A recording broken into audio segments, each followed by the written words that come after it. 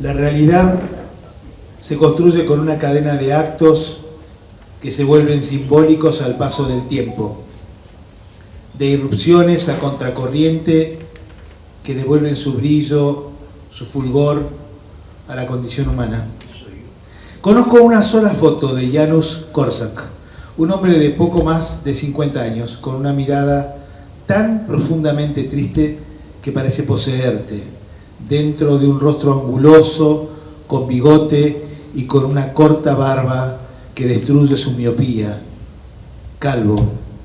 Alguien dirá que parece personaje de El Greco. Nacido en Varsovia en 1878, fue médico militar durante la guerra ruso-japonesa y durante la guerra civil rusa. Muy conocido pedagogo, Janusz Korczak era su nombre de pluma. Había nacido como Henryk Goldschmidt, autor prolífico de libros, ensayos en revistas de divulgación y especializadas. Miles conocían sus rezos para no creyentes. Ese hombre, al que llamaban el Karl Marx de los niños, dirigía el orfanato del gueto desde 1912, un edificio de 3 pisos en la calle Sliska, conocido como la República de los Huérfanos. 200 niños, médicos y enfermeras vivían en él. Korczak había establecido un sistema de justicia con un juzgado de 5 niños y un maestro como encargado. En él, profesores y niños eran tratados como iguales y el propio Korczak actuaba como defensor mensualmente. El 5 de agosto del 42, las SS ordenaron el cierre del establecimiento. Una semana más tarde, junto a los niños de los otros 5 orfanatos judíos de Varsovia, los ocupantes del recinto fueron ordenados a marchar hacia la plaza Umschlag. A Korczak, como médico, se le ofreció un permiso para quedarse en el gueto, pero decidió marchar con sus niños junto a su antigua asistente, Stefania Wilczynska. Edelman vio pasar esta sorprendente procesión laica. Hay quienes contarán que algunos niños iban vestidos con sus mejores galas, los harapos de un niño judío de Varsovia huérfano. Vamos a viajar en tren, así que vamos a ponernos nuestras mejores ropas de Shabbat. La escena de esos 200 niños que se dice que iban en su camino cantando con Janusz Korczak al frente, cargando en brazos a 2 de los más pequeños mientras cruzaban el gueto, es recordada por cientos de personas. Se vuelve una leyenda que rompe el corazón de cualquier observador medianamente inocente.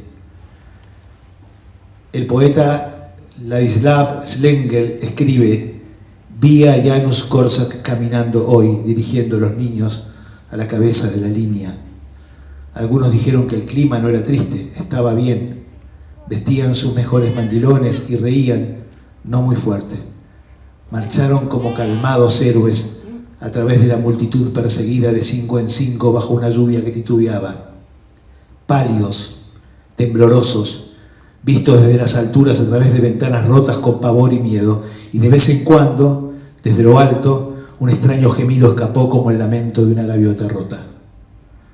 El aire espeso de tensión vibra con el olor del vodka y las mentiras.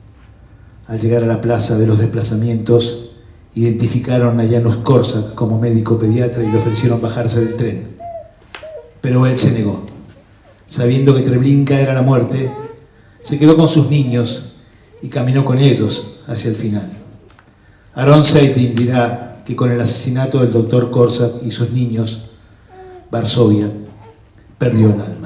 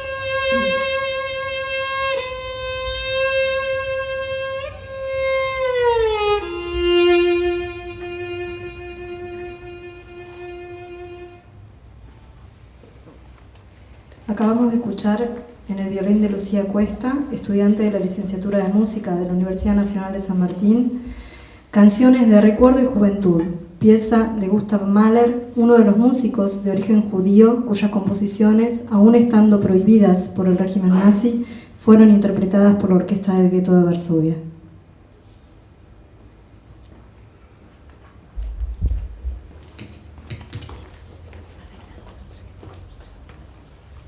Buenas noches a todos, queridos amigas, amigos. Hace unos cuantos años, con un escritor italiano cuya amistad compartimos con Paco Ignacio Taibo, Bruno Arpaia, iniciamos un ciclo en esta universidad que se llamó en su momento Narrativas de lo Real. Queríamos, y creo que lo logramos, traer la literatura a dialogar con los saberes universitarios. Y efectivamente pasaron por aquí muchos escritores, Paco mismo. Recordábamos hoy que había venido en el 2014, que hizo un seminario en la revista Anfibia, y luego hicimos un encuentro en este mismo lugar, años después. Volvimos después de la pandemia, después de tomarnos un año sabático después de la pandemia, porque creemos que son tiempos para traer de nuevo la literatura a la universidad y particularmente reiniciar este ciclo con un texto de Paco Taibo, o a propósito de un texto de Paco Taibo, del que escuchamos recién un capítulo, que se llama Sabemos cómo vamos a morir.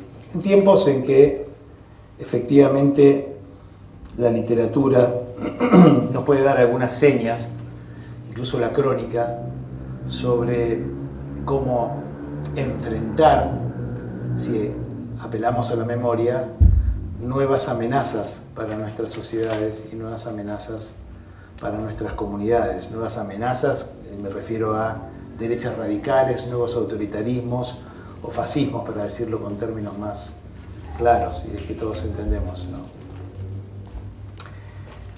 A mí me impactó mucho cuando Paco nos contó en su momento el tiempo de que vamos a hablar en un rato, el tiempo en que fue objeto de una gran obsesión a propósito de unos personajes muy particulares que descubrió casualmente en la Argentina, además, incluso en una librería de viejo.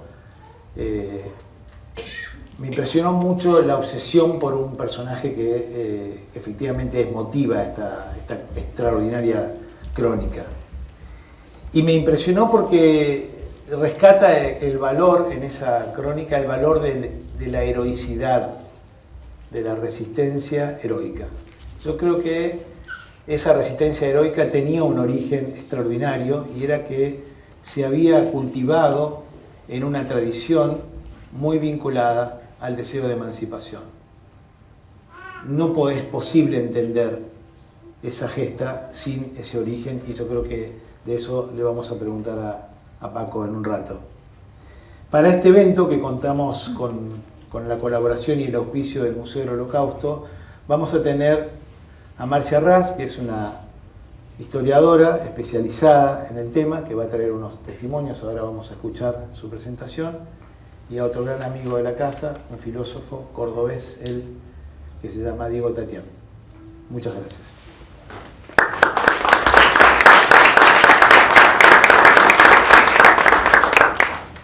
Marcia Ras es profesora de Historia de la Universidad de Buenos Aires y diplomada por la Université de Toulouse-Le Miller. En la actualidad se desempeña como investigadora asociada del Museo del Holocausto de Buenos Aires y como docente en la Facultad de Filosofía y Letras de la Universidad de Buenos Aires. Fue becaria de instituciones internacionales y se perfeccionó en el Memorial de la Shoah en París. Actualmente realiza su investigación de doctorado sobre víctimas del Holocausto con ciudadanía argentina. Con nosotros compartirá la lectura de fragmentos, testimonios y poesía de quienes residieron en el gueto de Varsovia. Bueno, buenas tardes. Muchas gracias a los organizadores por tenerme en cuenta para compartir este acto con todos ustedes. Bueno, cuando Mika me pidió que pensara algunos textos para leerles sobre el gueto de Varsovia o experiencias en el gueto de Varsovia, realmente me resultó muy difícil hacer una selección breve, pero bueno, me decidí finalmente por un texto narrativo y por un poema. Voy a empezar por una entrada del diario de Manuel Ringelblum, que era el líder de una actividad clandestina en el gueto que consistía en dejar registro de la destrucción del pueblo judío mientras se estaba llevando a cabo.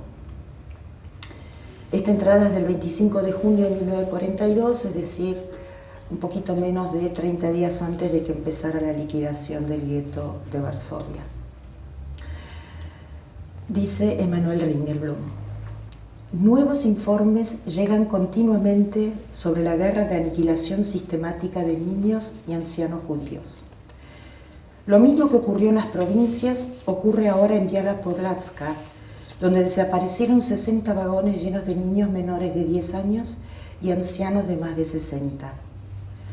Claramente, no se trata de ningún campo, sino de la lisa y llana aniquilación de los muy jóvenes y de los viejos. Nadie precisa de judíos que no puedan trabajar para servir a los propósitos de los alemanes.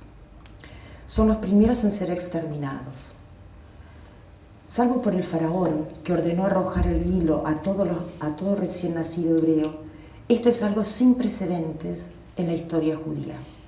Al contrario, independientemente de lo que pasara con los adultos, a los niños se les permitía vivir para poder convertirlos a la fe cristiana. Aún en los tiempos más bárbaros, una chispa de humanidad destellaba en los más rudos corazones y los niños eran preservados. Pero la bestia hitleriana es muy diferente. Devorará a lo más preciado entre nosotros, los que despiertan la mayor compasión, nuestros inocentes niños.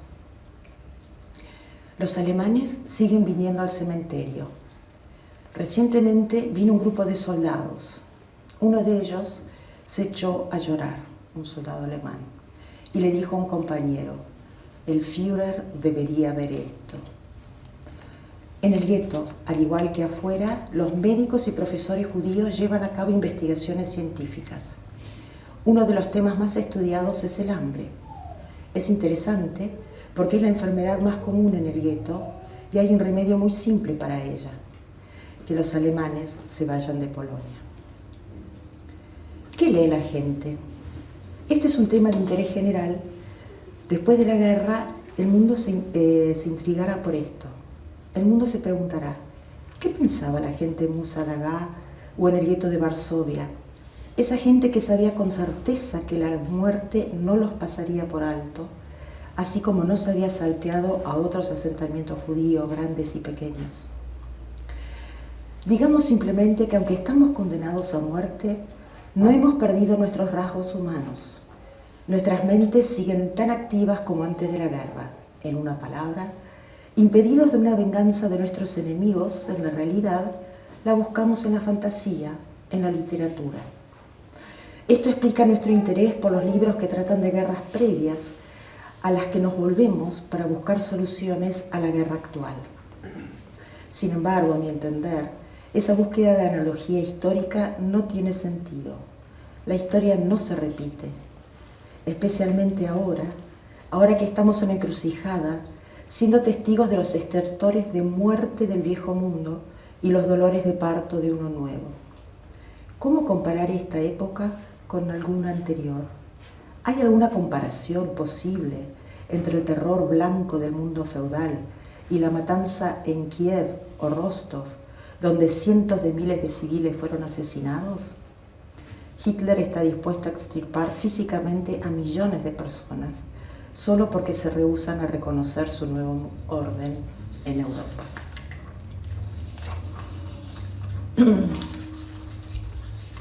Y ahora les voy a leer un poema de Władysław Szlengien.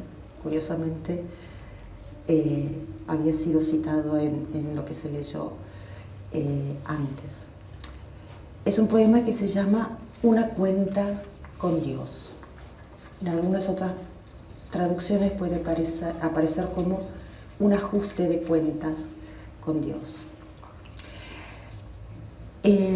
Imagino que todos ustedes saben que en la Alemania ocupada, en la Europa ocupada por los nazis, todos los judíos tenían que estar identificados de alguna forma. En el caso del gueto de Varsovia era con un brazalete en el brazo, y había solamente exención de llevar esta marca en el caso de que tuvieran papeles falsos, como entre comillas arios, o si eran extranjeros, es decir, los judíos extranjeros en el gueto, entre ellos los argentinos, no tenían la obligación de estar marcados. Así dice Vladislav Schlengel: puede que fuera un sueño, aunque no, y puede que la bebida me haya nublado, pero nos sentamos juntos, yo y Dios, y ajustamos cuentas. Dios era un hombre mayor, su mirada estaba llena de gracia, tenía una larga barba gris y caminaba sin el brazalete en la manga. No poseía un quencarte porque llegó directamente del paraíso, pero tenía ciudadanía uruguaya. Saqué un libro grande y Dios, una pluma Waterman. Abrí una cuenta, una fe, y dije: por favor, Señor, tengo 32 años. Tuve años de saciedad y años de pobreza, pero hasta ahora, Dios, tenía un crédito abierto. Me dijeron: debes rezar, recé. Me dijeron: debes ayunar, ayuné. A través de duros días de ayuno, sin una gota de agua en la boca, por tu gran gloria y tus leyes imaginarias. En los rayos agotados de la luz de las velas, en el murmullo de las salas de las sinagogas, recé para que tú pudieras contar mis hazañas.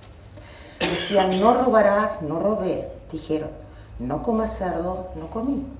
Decían: Dios así lo quiere. Decían: este es el camino de Dios. Decían: no cometerás adulterio. Yo me abstuve, Dios. Dijeron: no matarás. Yo no maté. No tendrás dioses ajenos. No los tuve. Hay muchas fiestas agradables, hay varias difíciles. 10 veces al año se me ordenó recordarlas. Se me ordenó sentarme en una sukkah, se me ordenó beber amargamente, comer la matzá, tener arrepentimiento varias veces y a descuidar el trabajo. Con rayas de filacteria sacudí las manos, devoré los libros por las noches y maté el cuerpo. Perdón, pregunto, ¿para qué? He dicho: Dios ayudará. He dicho: Dios salvará. He tenido fe, Dios está conmigo. He dicho, y así sucesivamente. Por favor, mira, observa el libro, es claro, obvio. Mira, la página de tus hechos en relación a mí está limpia. Me golpearon en la cara, no escapo, como un animal atrapado de agujero en agujero. Espero, pero tú nada. Tengo hambre, me estoy congelando y anhelando. El camino se vuelve más salvaje, más y más distante, vacío, muerte alrededor. Pero no estoy llorando, te estoy esperando. Soplando los vientos con súplica, el ayuno, el lamento y 100.000 oraciones y 500.000 de amén. ¿Qué me das hoy? Por todas tus obras, me das un permiso para quedarme en el gueto, el Umschlagplatz, los cupones de racionamiento, los Treblincas. ¿Todavía esperas que pasado mañana, como en el testamento, al ir al gas prusiano, todavía te diré amén? Entonces, di algo. Por favor, habla. Saca la cuenta del escondite. Los libros están abiertos, mirá, socio de mi vida. Y el gentil anciano con quien bebí en la misma mesa tomó un lápiz en la mano y dijo: y aquí me desperté. ¿Fue solo un sueño ordinario o la bebida me desdibujó?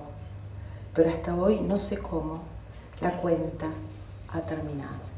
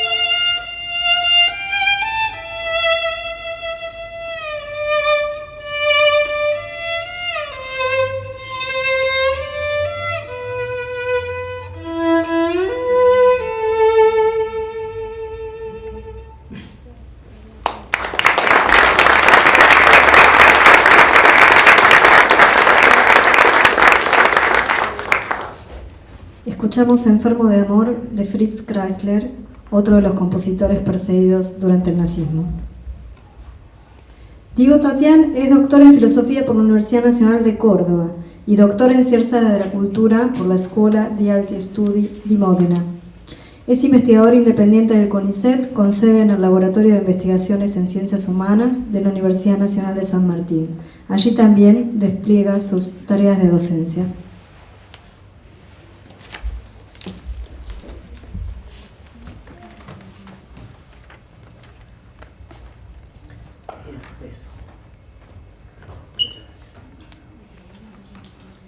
Bueno, buenas tardes para todos y para todas. Mi padre era violinista y recuerdo que cuando era niño una de las piezas de su predilección era esta, yo la conocí como Pena de Amor, de Franz Kreisler, ¿no? Y hace muchos años no la escuchaba. Así que, bueno, un placer.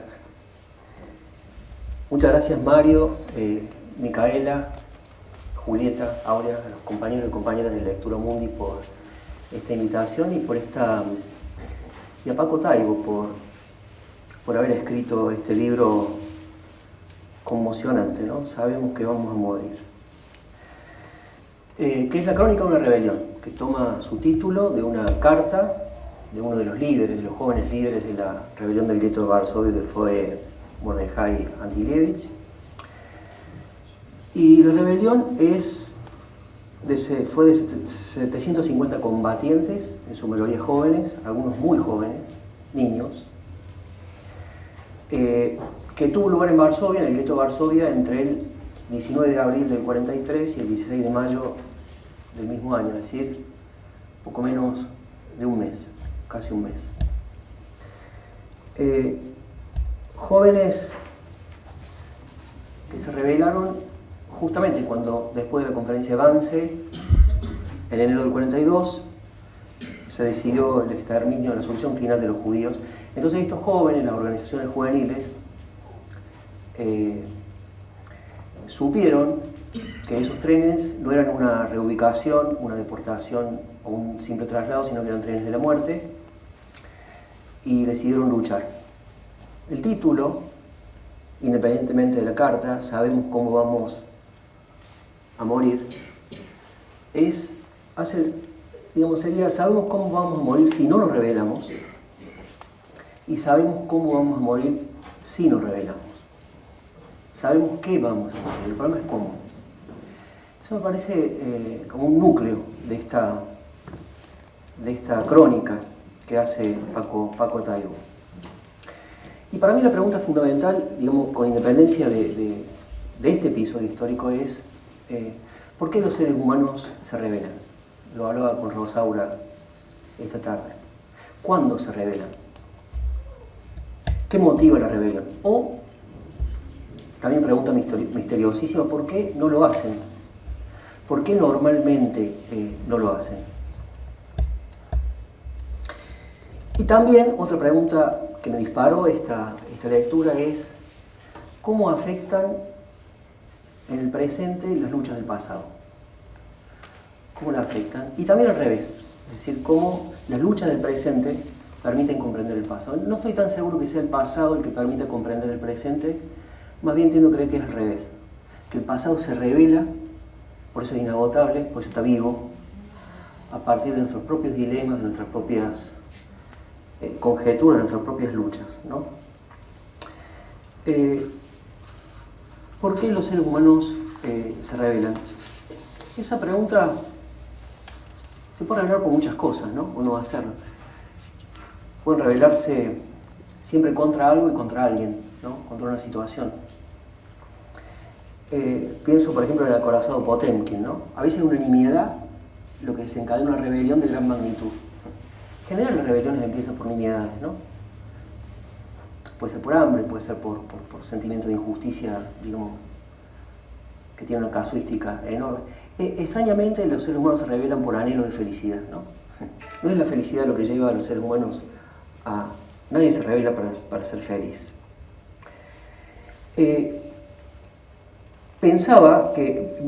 Recordaba mientras leía el libro que hay tres escritores judíos Uno es Teodoro Adorno, que en Mínima Moralia, lo voy a citar, dice: la dimensión histórica de las cosas no es sino la expresión de los sufrimientos del pasado.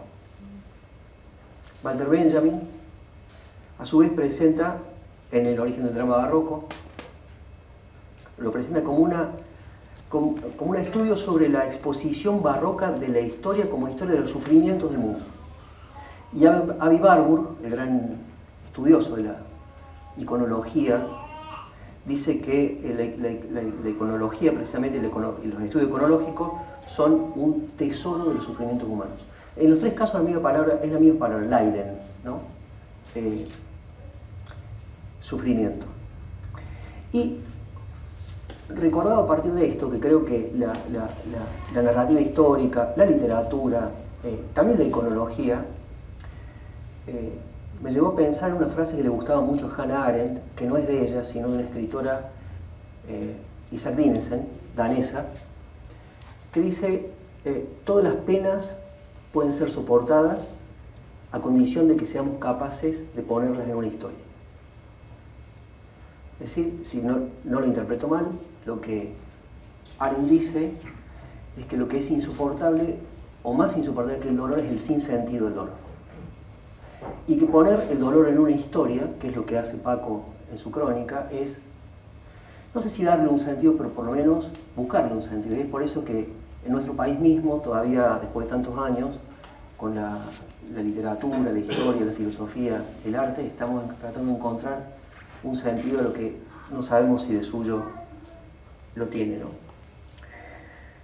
En el caso de la historia de estos jóvenes, que es narrada en este libro, Sabemos que vamos a morir, me parece a mí que hay un punto central, que es: sabemos que vamos a morir, pero la elección de la propia muerte, o de la muerte propia, es la elección de la muerte activa. Yo interpreto eso. ¿Qué significa ser activo al morir, o morir activamente, en lugar de hacerlo de una manera pasiva, ¿no? Eso es saber cómo. Siempre queda esa elección, cualquiera sea la circunstancia en la que los seres humanos se hallen, ¿no? Que permite encontrar el significado a la propia muerte. Es decir, entregar la propia vida para no entregar la propia muerte. Yo creo que ese es el sentido profundo, digamos, la enseñanza de estos jóvenes que se rebelaron, y que eran los más jóvenes. Es muy interesante la discusión entre los viejos y los jóvenes. Los viejos que decían a estos muchachos: esas acciones van a irritar a los nazis, ¿no? Prudencia, hay que abstenerse de... Es una discusión de alta política, me parece, que nos involucra también todavía, por supuesto, a nosotros.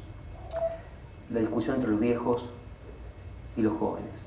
Y por lo tanto, lo que se trata es la conquista de un destino, no entregar el destino.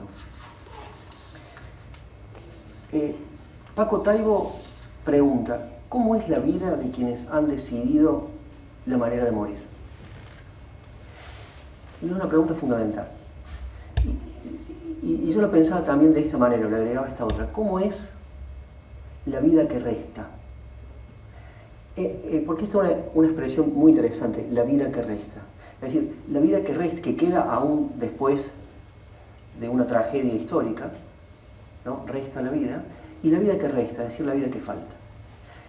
Esa confluencia entre la memoria, o lo que queda, y lo que falta, me parece que es un punto fundamental para la ética y para la política. La mayor perversidad de estos sistemas concentracionarios es justamente que los victimarios usaron a las víctimas precisamente para formar un engranaje, los Judenräte, la policía judía, para formar un engranaje de máxima perfección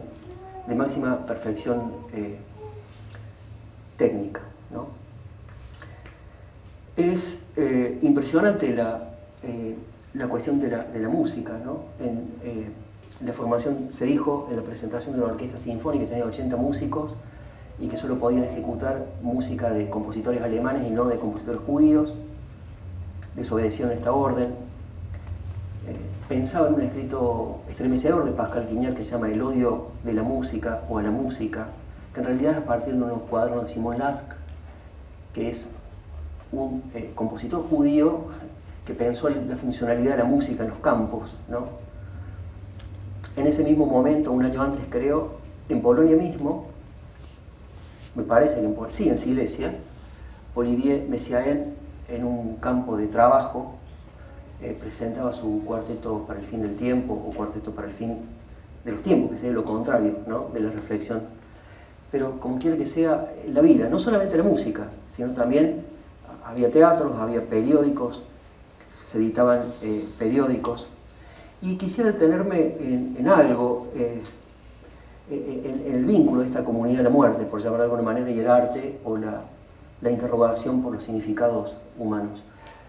Paco Talgo cuenta, y es una historia sabida, que el libro, había bibliotecas, y el libro más consultado por estos jóvenes es un libro de un escritor que había nacido en Praga, era amigo de Kafka, 1890, judío, que se llamaba Transberfeld, y escribió en 1933, es decir, El borde de todo, la historia de una resistencia de jóvenes armenios en el monte Musa Dagh, o monte Moisés, actualmente en Turquía.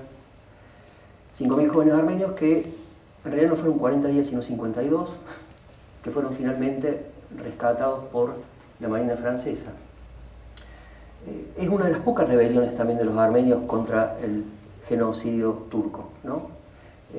En las caravanas de la muerte tampoco hubieron muchas rebeliones. Y entonces esta pregunta, ¿por qué no?, es una pregunta, a mi modo, de las más misteriosas de la condición humana. Janusz Korczak, que hablaba Mario recién, había leído Los 40 días del Musa Dagh, y justamente la decisión de acompañar a los niños a Treblinka en vez de quedarse en Varsovia como hubiera podido, es una decisión inspirada en uno de los capítulos de Los 40 días del Musa Dagh, el capítulo 5, que es una discusión casi teológica, diríamos. Lo último que quiero decir es esto, y que lo dijo Mario hace un ratito, y lo dijo Paco Talgo en la página final del libro. Estamos en un momento de máxima delicadeza.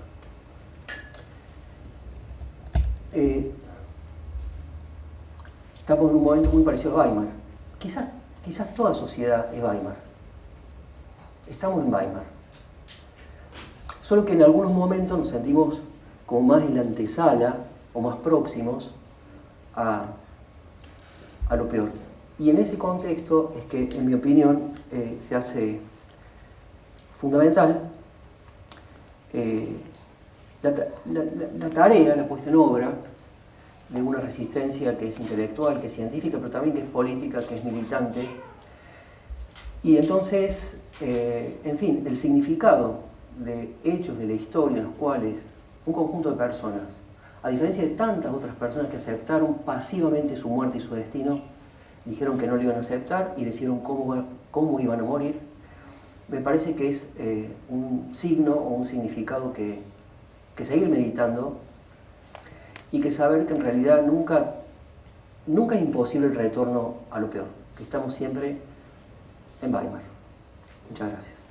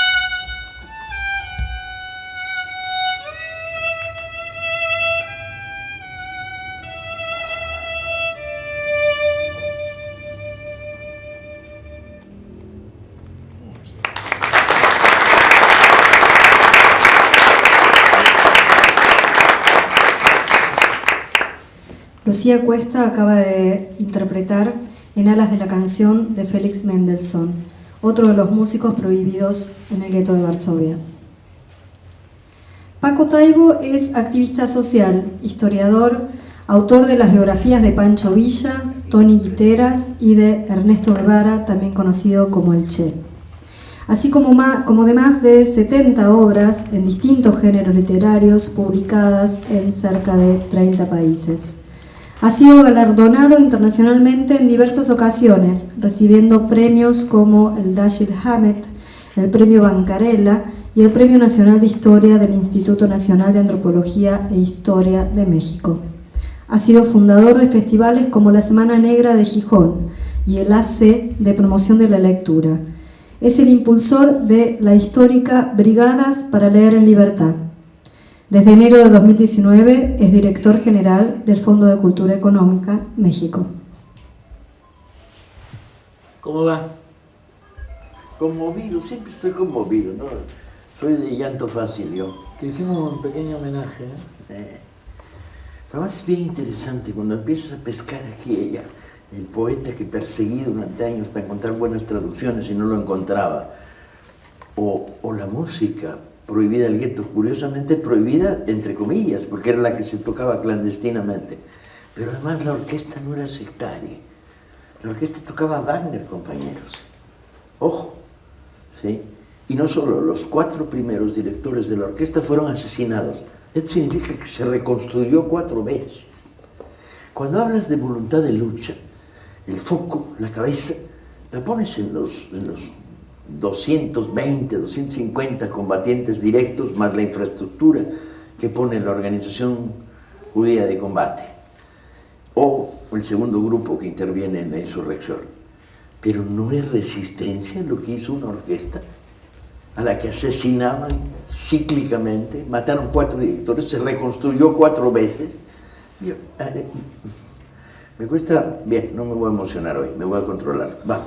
Contame, Paco, contá la historia de cómo contaste ese folleto y cómo se fue armando, cómo se fue construyendo esta obsesión y este libro. ¿Quieren la verdad? Sí. La verdad. Yo andaba persiguiendo una muchachita judía a los 16 años y yo no era judío, yo era asturiano, que es una cosa muy rara que te convierte en ciudadano del universo, pero no particularmente nada digno de aplauso extra. Y fui a dar a la Shomer HaTzair en la Ciudad de México, donde ella militaba, y descubrí, bueno, la novia nunca pude, no me hizo caso, pero descubrí la biblioteca de la Shomer. La biblioteca de la Shomer era maravillosa, era acumulativa, había estado formándose con libros que dejaban los compañeros, y tenía todo Howard Fast. Entonces, una vez que la descubrí, decidí permanecer en la Shomer unos meses mientras me devoraba la biblioteca. Y la novia desapareció, pero encontré un folletito que, por cierto, editado en Argentina, que decía Mordejai Anilevi, héroe del gueto de Varsovia. 12 páginas, sin apenas información. Y la frase, sabemos cómo vamos a morir. Y me persiguió durante años. Y durante años la persecución me obligaba, cada vez que podía o cuando me encontraba, iba acumulando. Yo soy de múltiples armarios compartidos como escritor en mi vida, entonces tengo pedacería que voy juntando. Y entonces leí todo. Vi todas las películas que podía ver y vi algo peor, vi los documentales que existen, el material filmado en el gueto. Y acumulaba, y pasaban 2 años y acumulaba, y de repente encontraba a alguien al que le preguntaba, oye, los SS de Lituania o de Letonia que actuaron en el gueto, ¿por qué había SS en Lituania? Y un amigo mío, novelista letón, me decía, y me contaba una historia. Y yo anotaba, iba acumulando. Y acumulaba, y acumulaba, y acumulaba. Hasta que me llegó una certeza hace muy poquito tiempo, que es tienes que escribir este libro antes de morirte. Podrás pasarte muchas cosas de aquí a que te mueras. No tengo ninguna prisa, es más, he hecho un pacto con el futuro en México de que me van a empujar la silla en manifestaciones hasta los 100 años. E incluso he reclutado empujadores de silla en reuniones con estudiantes, etc. Porque tengo todavía libros para escribir hasta que tenga 100 años. En vía de mientras, dije, no me puedo morir sin escribir esta historia. No puedo. O sea, el imperativo moral, el cómo la vas a dejar de contar. Porque había leído mucho sobre el Holocausto, pero no había encontrado una buena pieza que me contara la insurrección del gueto.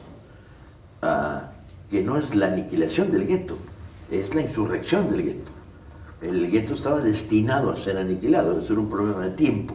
El tiempo que les tocaba transportar en los trenes, dado los conflictos que tenía el ferrocarril alemán en la ruta hacia el este, el tiempo que les llevaba hacia Treblinka, donde el promedio de vida de un enviado, deportado, era 14 horas. Entre el momento que llegabas y el momento en que era ceniza, había 14 horas de promedio de vida. Y yo insistía, y entonces el problema era la acumulación. Y iba haciendo una acumulación muy curiosa, que era, esto sí, esto no.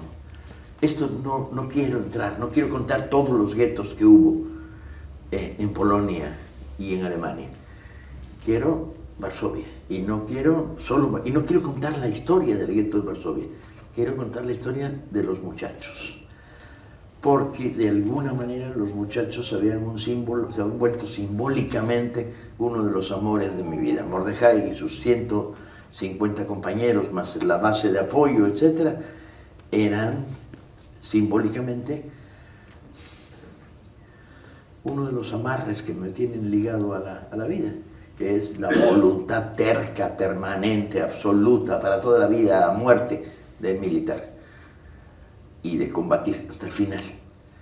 Y eran de una madurez tan sorprendente, muchachos de 20 años, de 22 años, de un nivel de madurez política, y eran muy socialistas, y eran muy judíos, y eran muy hijos del gueto. Donde el heroísmo era caminar cuando te estás muriendo de hambre o seguir tocando música y resistir. Y en medio de un debate, de un aislamiento, de una condena frente a una de las maquinarias más terribles por su carácter de inhumana, sórdida y sádica al mismo tiempo, que era la ocupación alemana, nazi. Y entonces decía, ¿qué quiero escribir? ¿Para quién lo quiero escribir? Las obsesiones eternas de alguien que escribe.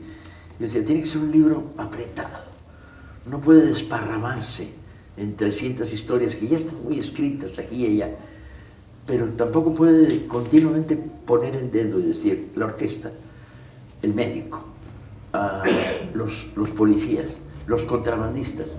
En el gueto de Varsovia había un prostíbulo, compañeros, uno que yo sepa, debía haber varios más. Los dineros escondidos, la red de contrabando interna, la hambruna, porque la primera fase de la aniquilación del gueto es por hambre. Todos los días aparecían cientos de cadáveres en las calles del gueto. Y la miseria humana, pero no la miseria, sino el abandono, la pérdida de la esperanza total, las resistencias enloquecidas y la madurez de este grupo de muchachos, que a mí me dejaba, y a la búsqueda de los orígenes, de dónde sale esta madurez. Y encuentro que son hijos de lo que sería el escautismo social alemán, polaco, que es la teoría de los muchachos pájaro de la posguerra, viajar, ver mundo, convivir, y el igualitarismo, hombres y mujeres por igual, que es espectacular verlo. Una persona, un voto, faldito, pantalón, un solo corazón. Y el nivel de colectividad. No se olvide que un mes antes de la insurrección los muchachos se reunieron y cantaron la Internacional, ¿sí? Ojo, porque de repente, bajo una perspectiva ultrasionista, se pierde que eran socialistas. Y esto no se puede perder, porque eso eran. Y eran socialistas anti-stalinistas, que veían con profunda desconfianza lo que estaba pasando a unos cuantos miles de kilómetros en la frontera con la Unión Soviética. y la madurez. Porque si algo está en el corazón del libro, es la tremenda madurez de decir, no hay manera de salvarse. Y curiosamente lo dicen respondiendo una carta que les mandan desde el exterior, donde les dicen que hay a los 150 que están armados, que hay un camino de fuga a través de las cloacas para pasar a los bosques de Polonia a hacer guerrilla abierta campesina, en zonas campesinas. Y ahí es donde dicen, no, nos vamos a quedar.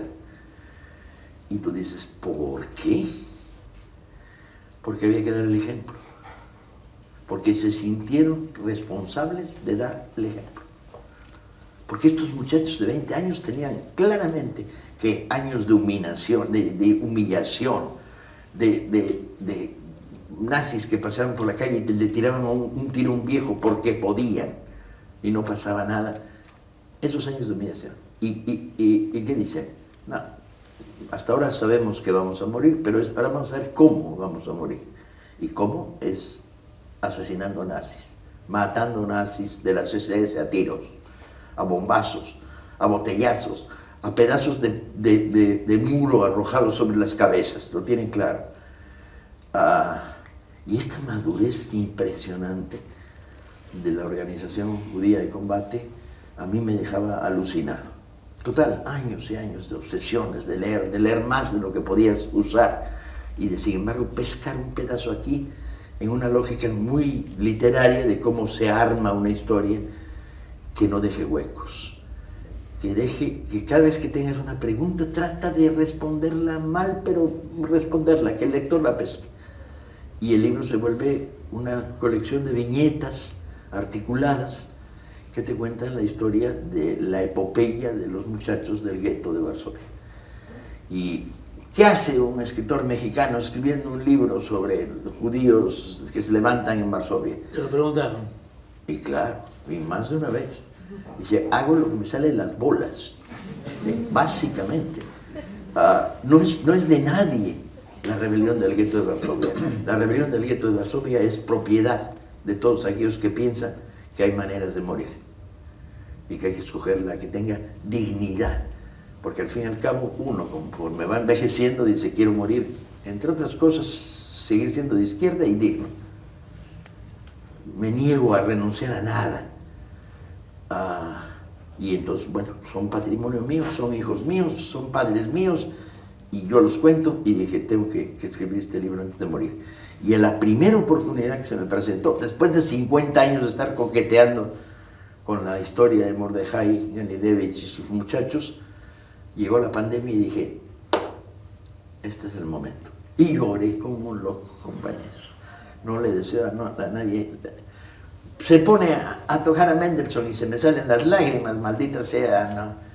Soy de lágrima fácil. Y escribí este libro, bueno, Paloma salía y decía, ¿qué estás haciendo? Ya sé, porque tenía unos lagrimones yo que me recorrían la cara recordando la historia de aquella enfermera que le rompía la pierna a algunos de los internados para que no se lo llevaran en ese momento mientras lo entablillaban.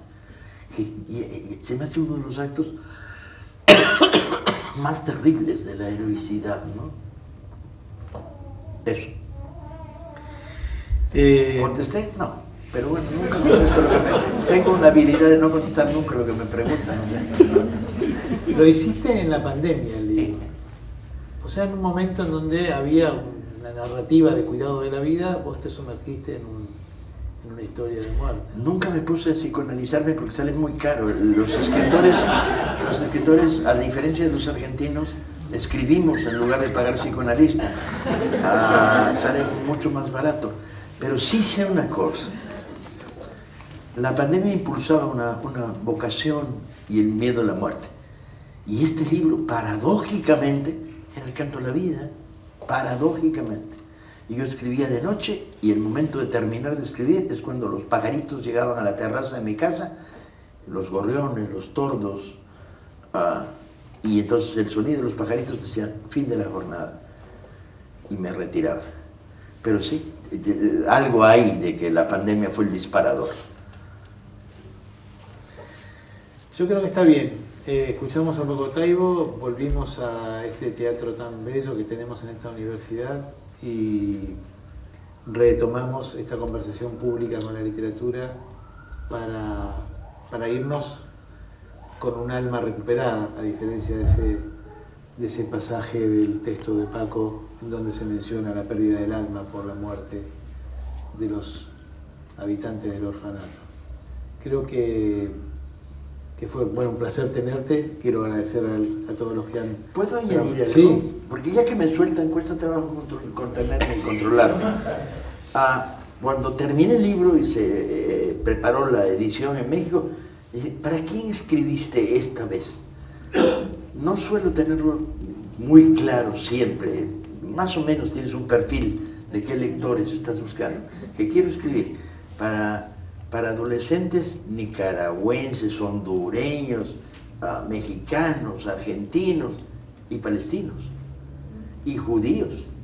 O sea, lo ideal es retórica, no le hagan caso, la retórica es peligrosísima, no le hagan caso. Pero quieres escribir para aquellos que hoy traen sus mochilas y se dedican al tiki-tiki del teléfono móvil y traen una foto del hombre araña. Yo decía, no, coño, que la sustituyan por un retrato de Mordejai ni Levi. No lo voy a lograr, pero no importa.